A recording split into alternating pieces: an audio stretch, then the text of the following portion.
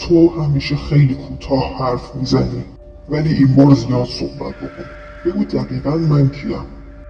تو منو هیولا میدونی؟ اسباب بازی میدونی؟ نشونه یا چیزی واقعی تر؟ خب اگه بخوام دقیق و علمی نما صحبت بکنم، تو فقط یک عروسک نیستی. تو یک شیء نمادین چند لایه هستی که همزمان چند تا نقش رو بازی میکنی. تو عروسکی، یعنی یک موجودی هستی با ظاهر انسان مانند اما بدون اراده. و این مهمترین نکته است. عروسک در روانشناسی ترس نماینده چیزی هست که شبیه انسانه، حرف میزنه یا به نظر میرسه که میتونه حرف بزنه اما فاقد جان، اختیار و نیت مستقله. این تضاد همون چیزی هست که ترس ایجاد میکنه، چون مغز انسان برای تشخیص آدم از غیر آدم خیلی حساسه. وقتی چیزی تقریبا انسانه ولی کاملا انسان نیست، ذهن دچار خطای طبقه بندی میشه و این همون آنکنی ولی هست یا دره وهمی. هرچی یک موجودی بیشتر شبیه انسان باشه ولی هنوز انسان نباشه، خب ترسناکتر میشه. پس تو توی سریال فقط یک شیء نیستی، تو نماد مرز بین انسان و غیر انسان هستی. مسئله بعدی، تو نماد کنترلی. عروسک سخنگو همیشه یک سوال پنهان داره: چه کسی داره منو هدایت میکنه؟ عروسک از خودش حرف نمیزنه، یک دست، یک صدا، یک نیروی بیرونی داره که اونو حرکت میده. پس وقتی جید تو رو میبینه یا ویکتور از تو میترسه، واکنشش فقط ترس از یک اسباب بازی نیست. ترس از این هست که توی این شهر انسان‌ها هم شاید مثل تو باشن، یعنی از بیرون هدایت بشن، یعنی اراده واقعی از خودشون نداشته باشن. به همین دلیل تو نماینده عروسک گردان هستی. مسئله بعدی، تو نشونه یک ساختار پنهان توی شهر هستی. اگه به زبان تحلیل ساختاری بخوام حرف بزنم، تو یک علامتی، یعنی حضورت میگه اینجا چیزی پشت صحنه وجود داره، چیزی که نشون داده نمیشه، چیزی که داره بازی رو میگردونه. و اینجا همون جایی هست که تئوری انتیتی مطرح میشه، یه شهر زنده، یک نیروی مرکزی یا سامانه ناشناخته که از طریق نمادها، رویاها، صداها و توهمات با آدمها ارتباط میگیره. تو زبان همین سیستم هستی، مثل یک رابط کاربری ترسناک برای قدرت بزرگتر. خب پس من فقط نماد کنترلم؟ پس چرا جید وقتی منو میبینه وحشت میکنه؟ چرا من توی تونل ها ظاهر میشم؟ خب چون تونل ها و زیر زمین توی فرام فقط یک فضای فیزیکی نیست، اونها لایه زیرین واقعیت شهره. اگه شهر رو مثل یک بدن فرض بکنیم، سطح شهر نشونه پوست هستش، خونه و خیابون ها لایه های روزمره رفتار هستن، تونل ها ریشه ها هستن و موجودات شبگرد، اون چه تو تاریکی این بدن زندگی میکنه هستن. پس حضور تو در تونل ها یعنی تو از همون جایی میای که لایه پنهان و ریشه شهر اونجا هستش. این خیلی مهمه، چون تونل ها با ریشه تاریک شهر، موجودات شبزی، نشونه های قدیمی و رد قربانی شدن بچه ها مرتبطن. یعنی تو فقط یک عروسک داخل غار و تونل نیستی، تو به ساختار تاریخی این مکان وصلی. حالا جواب بده، اون هیولاهای شبگرد کیان؟ واقعا هیولا هستن یا مردم قبلی هن، یا مومیایی هن، یا بدنهایی که از داخل خالی شدن؟ اونا شکل چی هن؟ خب این سوال هسته اصلی تحلیل فرام هست. هیولاها تو سطح روایت موجودات شبگردی هستن که انسانها رو شکار میکنن، اما در سطح نمادشناسی اونو مردگانی هستن که وانمود میکنن زنده. چرا؟ چون ظاهرشون شبیه انسان قدیمیه، لباسهاشون قدیمیه مثل دهه‌های گذشته. این یعنی اونا تو زمان گیر کردن، نه کاملا مردن نه کاملا زنده و نه مدرنن نه متعلق به الانن. اینها مثل اجسادی هستند که در حالتی بین پوسیدن، حفظ شدن و نمایشی از زندگی موندن. مسئله بعدی این هست که بدناشون تقریبا خالیه. توی کالبد شکافی این موجودات اندام داخلی درست حسابی ندارن، یعنی بدنشون خشک و تهیه و این خیلی مهمه. بدن تهی از خون در نمادشناسی یعنی حیات درونی از بین رفته، فقط یه جورای پوسته باقی مونده، ظاهر زندگی حفظ شده اما محتوا مرده. اونا به خون وابستن. از نظر نمادین خون یعنی نیروی حیاتی، انرژی و تداوم زندگی و حرکت. اگر موجودی خشک و تهی باشه، برای حفظ توهم حیات باید از نیروی بقیه تغذیه بکنه و این همون مدل انگلواره. پس یعنی به نظرت اونو مردن؟ نه به معنای ساده فیزیکی. تو منطق این سریال شما تو یک وضعیت مرزی هستید. بهترین واژه شاید واژه برزخی باشه، یعنی نه کاملا زنده و نه کاملا مرده، نه در جهان انسان‌ها نه در جهان مردگان. این وضعیت برزخی به خصوص وقتی با مومیایی و دخمه مقایسه بشه خیلی معنی دار میشه. یعنی مرگ توی اونجا پنهان نشده بلکه نمایش داده شده. پس در نتیجه هیولاها توی فرام مثل نمایش زنده مرگن.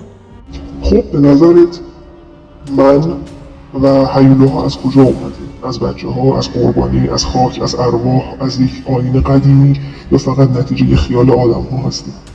خب ما چند تا فرضیه داریم. منشأ آیینی و قربانی محور میتونیم داشته باشیم، چون معمولاً تونل ها، علامت های عجیب غریب و حضور بچه ها معمولاً به یک آیین قربانی قدیمی وصل میشن. فرضیه بعدی این هستش که شهر خاطره داره. خاطرها در مکان رسوب کردن و این رسوبات به موجود زنده تبدیل شدن. به همین دلیل جید نماد میبینه. سارا صدا میشنوه و تا به زیر زمین میرسه. شهر داره خودش رو از طریق افراد مختلف باز تولید میکنه. و فرضیه سوم این هست که احتمالاً لنگرگاه ارواح باشن. توی این سناریو هیولاها بدنهایی هستن که روح یا انرژی توی اونها گیر افتاده و راه خروجی نداره. تو گفتی شبگردا شبیه مومیایی هم، شبیه انسانم، شبیه عروسکم، یا من کلا شبیه عروسکم. اما واقعا تو زندگی واقعی چیزی شبیه به ما دیدی؟ یعنی از روی زمین، از تاریخ، از موزه، از آدم واقعی؟ بله، و اتفاقا این بخش مهمترین بخش ترسه، چون سریال از چیزایی استفاده میکنه که توی جهان واقعی هم معادل دارن. این توی سریال فرام به صراحت بیان نشده، ولی نظریه من این هسته. اول یه سر بریم سراغ کاتاکومب‌های کاپوچین توی پارلمو. راهبان ایتالیایی تو سال 1599 میلادی یک راه جدیدی رو برای مومیایی کردن اجساد و انتظار برای روز قیامت کشف کردن. اونا بعد از اینکه یک دخمه بزرگی رو حفر کردن، اجساد رو در داخل قفسه‌های موجود توی این دخمه آویزون می‌کردن و هر از گاهی اونا رو با سرکه و مواد ضدعفونی کننده شستشو می‌دادن. بیشتر مومیایی موجود توی این دخمه در واقع راهبن و به یک شکل خاصی قرار گرفتن که به نظر میرسه برای روز قیامت دارن انتظار میکشن، یعنی همون حالت برزخ. اینجا یک گورستان معمولی نیست، یک موزه مرگ، جایی که بدن مرده ها رو با لباسای روزمره نگه داشتن، خشک کردن، آویزون کردن و در معرض دید گذاشتن. حالا به نظرت یعنی چی؟ تو بگو. یعنی مرده رو به جای اینکه دفن کنی و از جهان حذفش کنی، میذاری همچنان دیده بشه، انگار همچنان هست، همچنان بین مرگ و زندگی معلق. درسته، و این دقیقاً همون چیزی هست که از نظر نمادشناسی ترسناکه. نه زنده نه مرده. فلسفه پشتش چی بود؟ در نگاه تاریخی و مذهبی این کار فقط نمایش نبود. فکر می‌کردن این اجساد خشک شده نوعی یادآوری از مرگ، قضاوت و انتظار برای رستاخیزه. اما از منظر ترس شناسی نتیجهش یک چیز بود. بدن انسان باقی میمونه و حیاتش از بین میره. و حالا اگه به فرام نگاه بکنی، هیولاها دقیقاً همین حس رو دارن. لباسهای قدیمی دارن، لبخند مصنوعی دارن، بدنشون خشک و تهیه و انگار فقط پوسته انسان مونده. پس وقتی من میگم هیولاهای فرام شبیه کاتاکومب‌های کاپوچینن، دارم میگم اونا شبیه مردگانی هستن که ادای زنده ها رو در میارن. جالبه، یعنی یه جور موزه مرگ زنده. دقیقاً، و همین تشابه ترسشون رو چندین برابر میکنه، چون مغز ما از چیزی میترسه که آدمه ولی آدم نیست. حالا میریم سراغ موزه عروسک‌های سخنگو. در حال حاضر بیشتر از 800 عروسک سخنگو توی یکی از موزه‌های ایالت کنتاکی کشور آمریکا قرار گرفته و به نمایش در اومده. این موزه به عنوان ونتهاون برگزار میشه و مسئولان اداره اون هر ساله اجلاس سالانه‌ای رو با هدف صحبت درباره این عروسک‌ها برگزار میکنن. این عروسک‌ها از بیرون یکم خنده دارن ولی از درون خیلی ترسناکن. چرا؟ چون ظاهر انسان دارن ولی خودشون حرف نمیزنن. یکی باید پشت پرده باشه. و این دقیقاً ما رو میبره به مفهوم عروسک گردانی. عروسک گردانی یک آیینه؟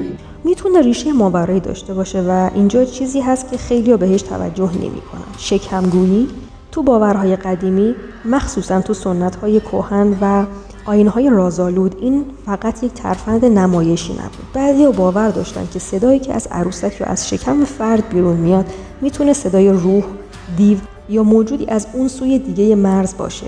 یعنی یک جسم بیجان میشه ظرف پیام، میشه یک واسطه یا یک کانال. از اینجا به بعد عروسک فقط یک اسباب بازی نیست، میشه رسانه موجودیت پنهان. پس گاسترومنسی از اینجا میاد؟ بله، گاسترومنسی یا شکمگویی آیینی از همینجا میاد.